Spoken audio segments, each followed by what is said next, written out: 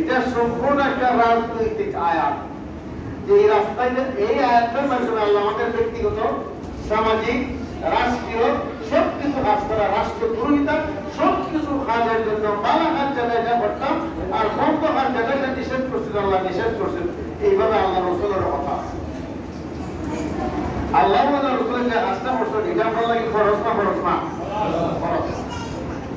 আল্লাহ রাব্বুল আলামিন যে কাজটা করছেন এটা আমরা করতাম, আল্লাহ রসুলের যে কাজটা নিষেধ করছেন এটা আমরা বাদ দিতাম, ঠিক না? কিন্তু ব্যক্তিগতভাবে, সামাজিকভাবে আমরা কিছু পারি, কিন্তু রাষ্ট্রীয়ভাবে যেভাবে আমরা অপরাধগুলি আছে এগুলো বন্ধ করার আপনার কোনো হাতিয়ার আছে, কোনো সুযোগ আছে?